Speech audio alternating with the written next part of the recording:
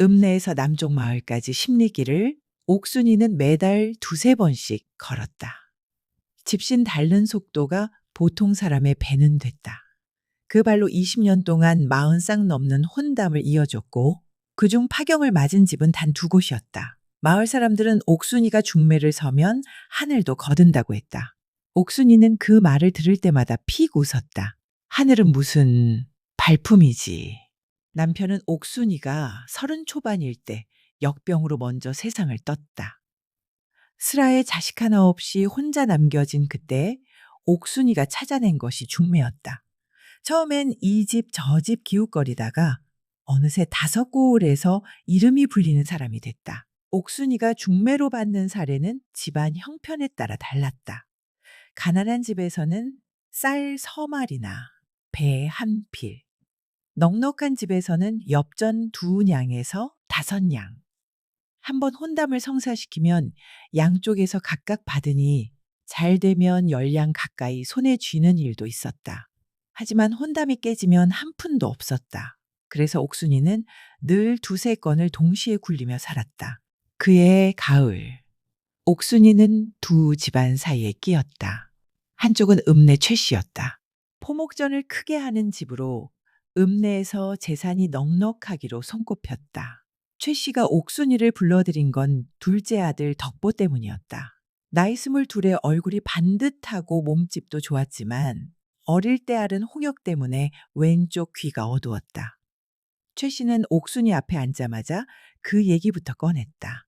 숨겨봤자 나중에 더 크게 터진다는 거 알죠? 먼저 말하는 게 낫소. 옥순이는 속으로 고개를 끄덕였다. 숨기지 않는 집이라면 믿을만하다 싶었다. 최 씨가 덕보를 불러들였다. 직접 보니 귀 외에는 나무랄 데가 없었다. 말수가 적었지만 눈빛이 맑았고 아비 뒤를 따라다니며 장사 일을 배우고 있었다. 돌아오는 길에 옥순이는 최 씨 집을 한 번 더 돌아봤다. 기와가 반듯하고 마당이 넓었다. 포목전도 읍내에서 제법 이름 있는 곳이었다. 겉으로 보면 흠잡을 데가 없는 집이었다. 다른 한쪽은 남쪽 마을 박씨였다. 논 두마지기에 기대어 사는 평범한 농가였다. 맏딸 순례가 시집갈 나이가 됐는데 나이 17에 얼굴이 단정하고 손재주가 좋다는 말이 돌았다. 옥순이가 처음 박씨 집을 찾아갔을 때 순례는 마당에서 배를 짜고 있었다. 인기척에 고개를 들더니 수줍게 웃었는데 그 웃음이 꾸밈이 없었다. 쑥스럽지도 않고 과하지도 않은 그냥 사람을 편하게 만드는 웃음이었다. 그 웃음 하나에 옥순이는 금방 마음을 정했다. 이 아이는 잘 될 거야. 그날 저녁 박씨 내외와 마주 앉아 최 씨 집 혼담을 꺼냈다. 그 얘기를 있는 그대로 전했다. 왼쪽 귀가 좀 어둡습니다. 어릴 때 홍역을 앓고 나서요. 큰 소리는 들리지만 조용한 데서 작은 소리는 잘 못 알아듣지요. 대신 최 씨 집 재산이 읍내에서 손가락 안에 듭니다. 따님이 고생할 일은 없어요. 박 씨 내외가 눈을 마주쳤다. 귀가 어두운 건 사람이 잘못한 게 아니지요. 마음씨가 고우면 됐습니다. 박 씨 어미가 먼저 말했다. 박 씨도 끄덕였다. 한번 봐야 알겠지요. 옥순이가 무릎을 쳤다. 그 말씀만 기다렸습니다. 일어서려는데 순례가 부엌에서 나왔다. 손에 물기가 남아 있었다. 박씨 어미가 눈짓을 했다. 인사드려라. 순례가 옥순이 앞에 허리를 숙였다. 고개를 드는데 눈이 마주쳤다. 옥순이는 그 눈을 봤다.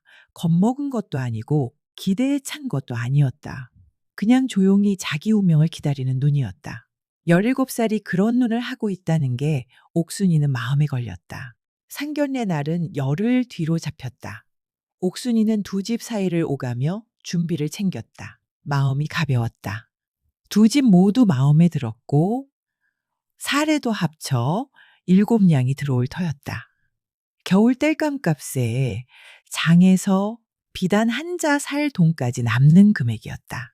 상견례 나흘 전이었다.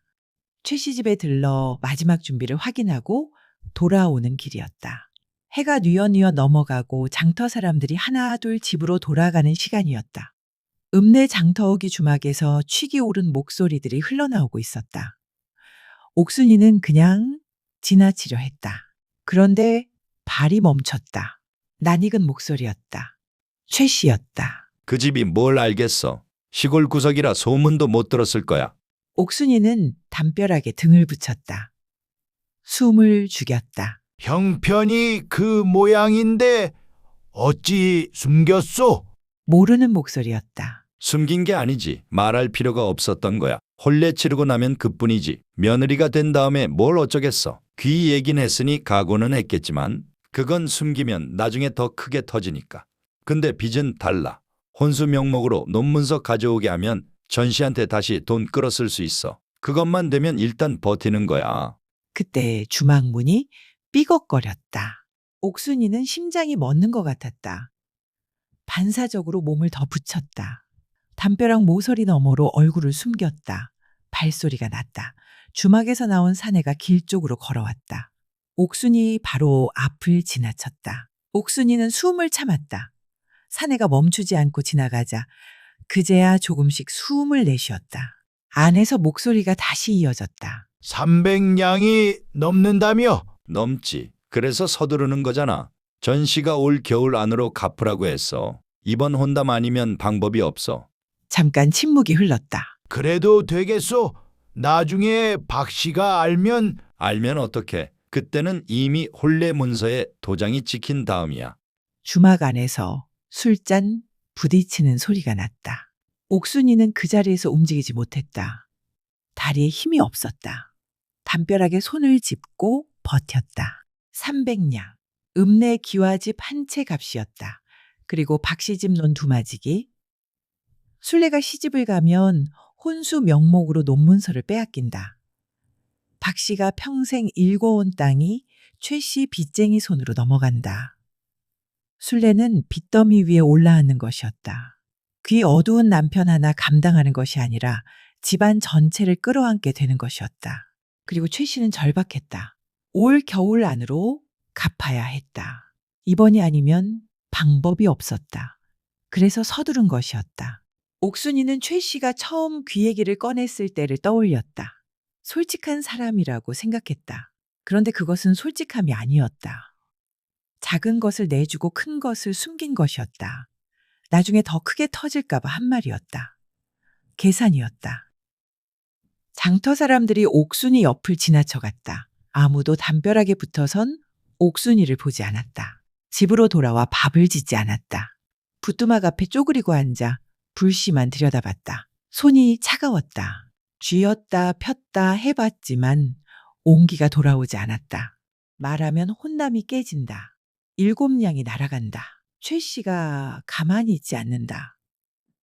읍내에서 혼담을 맡긴 집안 속사정을 퍼뜨린 중매쟁이라는 소문이 나면 20년이 무너진다. 말하지 않으면 순례가 시집을 간다. 처음엔 모른다. 혼수로 논문서를 내놓고 나서야 안다. 그 땅이 왜 없어졌는지, 자기 아버지가 속은 것인지, 그리고 어느 날 순례가 생각할 것이다. 중매쟁이 옥순이가 알았을까, 몰랐을까. 그 생각이 가장 무거웠다. 첫째, 밤은 말하지 않기로 했다. 혼담이 깨지면 자신도 끝이라는 생각이 이겼다. 눈을 감았다. 잠이 오지 않았다. 천장을 보다가 순례 얼굴이 떠올랐다. 허리를 숙이고 고개를 드는데 마주쳤던 그 눈, 겁먹지도 기대하지도 않은 눈, 조용히 자기 운명을 기다리는 눈. 17살이 그런 눈을 하고 있다는 게 마음에 걸렸다고 생각했었는데 왜 그때 더 오래 들여다보지 않았을까? 그 아이가 시집을 가서 혼수로 내준 논이 없어지는 걸 보고 빚쟁이들이 드나드는 걸 보고 그러면서 평생을 살아가게 될 것이었다. 옥순이는 몸을 일으켜 앉았다. 새벽이 됐지만 잠을 자지 못했다. 둘째 날 새벽에 일어나 박씨 집으로 가려고 대문 손잡이를 잡았다. 차가웠다. 한참을 그러고 서 있다가 손을 놨다. 발이 떨어지지 않았다. 최 씨가 눈치를 채고 있는 건 아닐까? 옥순이가 말을 하러 간다는 걸 알면 어떻게 나올까? 읍내에서 최 씨의 입김이 어디까지 미치는지 옥순이는 알고 있었다. 방으로 돌아와 다시 앉았다. 20년 동안 옥순이가 스스로에게 한 말이 있었다. 내가 이어주는 쌍은 내가 책임진다. 그 말이 발품을 팔게 하고 밤을 새워 혼담을 굴리게 한 힘이었다. 그런데 지금 그 말이 발목을 잡고 있었다. 책임이 어느 쪽을 향해야 하는지, 순례를 향해야 하는지, 아니면 자신의 생계를 향해야 하는지. 20년 동안 그 말을 붙들고 살아왔는데 막상 갈림길에 서니 그 말이 아무것도 답해주지 않았다. 셋째 날 밤이 깊었다. 옥순이는 천장을 바라보다가 눈을 감았다. 눈을 감으면 순례의 얼굴이 보였다. 눈을 뜨면 어둠 속에 최 씨 집 기와지붕이 떠올랐다. 반듯하고 넓은 마당, 이름 있는 포목전, 겉으로 보면 흠잡을 데 없는 집. 내가 이어주는 쌍은 내가 책임진다. 책임이 어느 쪽을 향해야 하는지는 처음부터 알고 있었다. 알면서 사흘을 버텼다. 셋째 날 새벽 옥순이는 자리에서 일어났다. 이른 아침이었다. 박씨 집 사리문을 두드리니 박씨 어미가 나왔다. 상견례가 하루 앞인데 이른 시각에 웬일이냐는 표정이었다. 안으로 드시지요. 방으로 들어가 마주 앉았다. 순례는 보이지 않았다. 박씨도 밭에 나갔다가 옥순이가 왔다는 말에 뛰어들어왔다. 숨을 고르며 앉았다. 옥순이는 한참 만에 입을 열었다. 드릴 말씀이 있어서 왔습니다. 그리고 주막 앞에서 들은 것을 처음부터 끝까지 말했다. 덧붙이지 않고 빼지도 않고 들은 그대로 빚이 얼마인지, 논을 왜 노리는지, 올겨울 안으로 갚아야 한다는 것까지, 최 씨가 귀 외에 무엇을 숨겼는지. 말이 끝났다. 방 안이 조용해졌다. 밖에서 다구는 소리만 들렸다. 박씨 어미가 먼저 고개를 들었다. 눈에 눈물이 고여 있었다. 그 말이 사실이요? 제가 두기로 들었습니다. 그러면 최 씨는 처음부터 예, 박씨가 주먹을 쥐었다. 목소리가 낮아졌다. 그 사람이 먼저 귀 얘기를 꺼냈을 때 나는 믿었어. 솔직한 사람이라고. 저도 그렇게 생각했습니다. 중매쟁이가 우리 집에 그걸 말해주는 것이 맞는 건지 모르겠지만 맞지 않을 수도 있습니다. 하지만 안 말하는 것도 맞지 않았습니다. 박씨가 한동안 말이 없었다. 고맙소. 결정은 어르신들이 하십시오. 박씨 어미가 눈물을 훔치며 물었다. 중매 사례는 어찌하면 되겠소? 받지 않겠습니다. 옥순이는 일어섰다. 박씨 내외가 붙잡으려 했지만 손을 저었다. 가보겠습니다. 사리문을 나서는데 마당에서 순례가 서 있었다. 부엌 쪽에 붙어 서서 얼마나 됐는지 몰랐다. 방안 소리가 밖까지 들렸을 것이었다. 옥순이와 눈이 마주쳤다. 며칠 전 그 눈이었다. 겁먹지도 기대하지도 않은 눈. 그런데 지금은 달랐다. 뭔가가 바뀌어 있었다. 조용히 자기 운명을 기다리는 눈이 아니었다. 옥순이를 똑바로 보고 있었다. 순례가 천천히 허리를 숙였다. 말은 없었다. 옥순이도 말없이 고개를 끄덕이고 돌아섰다. 혼담이 깨진 건 사흘 뒤였다. 박씨가 최 씨에게 사람을 보내 혼담을 거두겠다 했다. 이유는 말하지 않았다. 혼담이 깨지고 열흘 뒤 최 씨가 옥순이 집을 찾아왔다. 눈이 사나웠다. 혼담이 깨진 이유를 모르겠소. 박씨 집에서 아무 말도 없이 끊었는데. 옥순이는 아무 말도 하지 않았다. 최 씨가 옥순이를 똑바로 봤다. 혹시 당신이 뭔가 아는 거 있어? 소인이 무엇을 안다는 말씀이십니까? 박씨 집이 갑자기 혼담을 끊을 이유가 없잖아. 최근에 우리 집에 드나든 사람이 당신밖에 없고. 옥순이가 최 씨를 똑바로 봤다. 저는 양쪽 집안에 아는 것을 전하는 사람입니다. 최시댁 둘째 아드님 귀는 어르신이 먼저 말씀하셨으니 전했고 제가 알게 된 다른 사정도 전했습니다. 최 씨 눈이 가늘어졌다. 주막에서 엿들었군. 지나가다 들었습니다. 그게 중매쟁이가 할 짓이야? 청탁한 집안 속사정을 발설하는 게 도리라고? 어르신, 소인이 먼저 여쭤보겠습니다. 귀 말고 다른 사정도 처음부터 말씀하셨다면 소인이 박씨 집에 전했겠습니까? 최 씨가 입을 다물었다. 소인은 어르신이 말씀하신 것만 전했습니다. 처음에도 이번에도 최 씨는 한동안 옥순이를 노려봤다. 입술이 움직였지만 말이 나오지 않았다. 300냥 빚이 있는 사람이었다. 올 겨울 안으로 갚아야 하는 사람이었다. 그 절박함이 눈에 보였다. 옥순이는 그것을 봤지만 시선을 내리깔지 않았다. 최 씨가 돌아서며 내뱉었다. 이 고을에서 다시는 중매 못할 줄 알아. 대문이 쾅 닫혔다. 옥순이는 그 소리를 들으며 오래 서 있었다. 최 씨 말은 반쯤 맞았다. 읍내에서 혼담이 끊겼다. 겨울 내내 옥순이는 장터에서 나무를 팔았다. 하루 벌어 하루 사는 날이 이어졌다. 쌀이 떨어지는 달도 있었다. 이웃이 죽 한 그릇을 들고 왔을 때 옥순이는 어쩔 수 없이 받았다. 중매를 시작한 이래 처음 있는 일이었다. 장터에서 가끔 최 씨 집 사람들을 마주쳤다. 그들은 옥순이를 보면 고개를 돌렸다. 옥순이도 모른 척 지나쳤다. 한편으로는 박 씨의 어미가 이웃 마을에 소문을 냈다. 자기 밥줄을 끊으면서 진실을 말해준 중매쟁이가 있다고. 그 소문은 박 씨 어미의 입에서 이웃으로, 이웃에서 그 이웃으로 퍼져나갔다. 소문이란 원래 나쁜 것이 빨리 퍼지게 마련인데 이번엔 달랐다. 사람들이 그 소문을 오래 입에 올렸다. 그 소문이 퍼지면서 최 씨 집 사정도 조금씩 흘러나왔다. 전 씨가 겨울이 지나도록 기다려주지 않았다는 말이 돌았다. 최 씨가 다른 집에 혼담을 넣었다가 또 깨졌다는 소문도 들렸다. 읍내에서 최 씨 집 이야기가 돌기 시작했다는 것은 알 수 있었다. 봄이 되자 남쪽 마을에서 혼담이 들어왔다. 한 달 뒤엔 동쪽에서도. 읍내에서 이른 만큼 읍내 바깥에서 채워졌다. 이듬해 봄이었다.